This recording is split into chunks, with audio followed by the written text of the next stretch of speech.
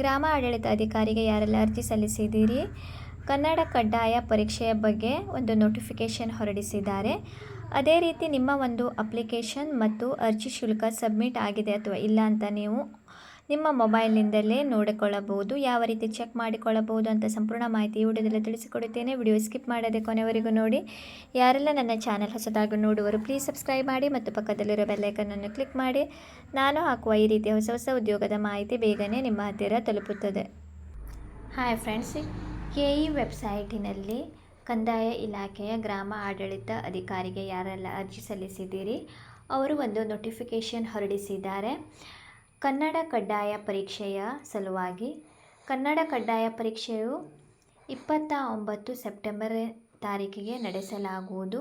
ಅದರಲ್ಲಿ ನಿಮಗೆ 150 ಅಂಕಗಳ ಒಂದು ಕ್ವಶನ್ಸ್ ಇರುತ್ತದೆ. ನೀವು ಕನಿಷ್ಠ ಪಾಸಿಂಗ್ ಮಾರ್ಕ್ಸ್ 50 ಅಂಕಗಳು ಪಡೆದು ನೀವು ಪಾಸಾಗಿರಬೇಕು.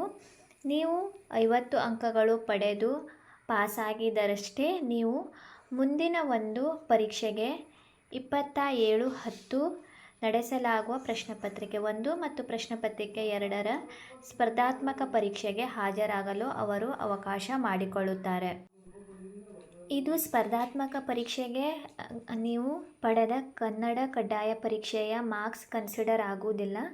ಬಟ್ ನೀವು ಈ ಸ್ಪರ್ಧಾತ್ಮಕ ಪರೀಕ್ಷೆಗೆ ಹಾಜರಾಗಲು ನಿಮಗೆ ಕನ್ನಡ ಕಡ್ಡಾಯ ಪರೀಕ್ಷೆಗೆ 50 ಮಿನಿಮಮ್ ಮಾರ್ಕ್ಸ್ ತೆಗೆದು ನೀವು ಪಾಸಾಗಿರಬೇಕು.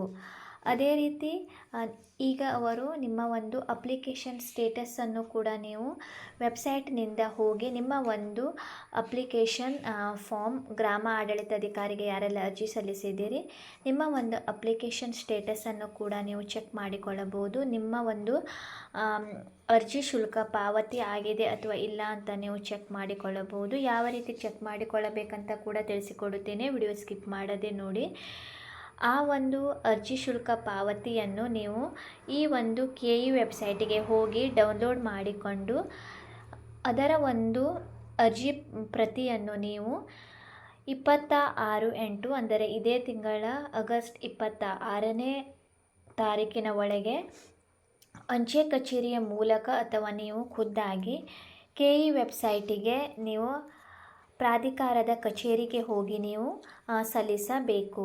ಇಲ್ಲದಿದ್ದರೆ ನಿಮಗೆ ಯಾವುದೇ ರೀತಿಯಿಂದ ಅವರು ಮುಂದಿನ ಒಂದು ಸ್ಪರ್ಧಾತ್ಮಕ ಪರೀಕ್ಷೆಗೆ ಅಥವಾ ಕನ್ನಡ ಕಡ್ಡಾಯ ಪರೀಕ್ಷೆಗೆ ಅವರು ಕುಳಿತುಕೊಳ್ಳಲು ಅವಕಾಶ ಮಾಡಿಕೊಡುವುದಿಲ್ಲ.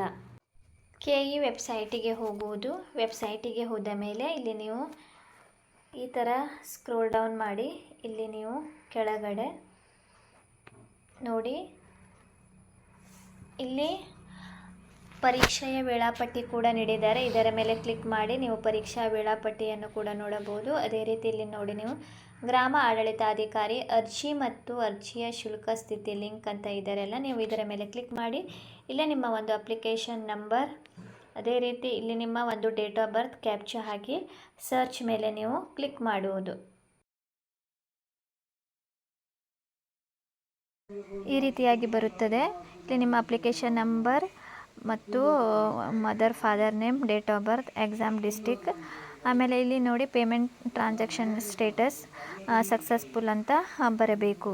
ಈ ಒಂದು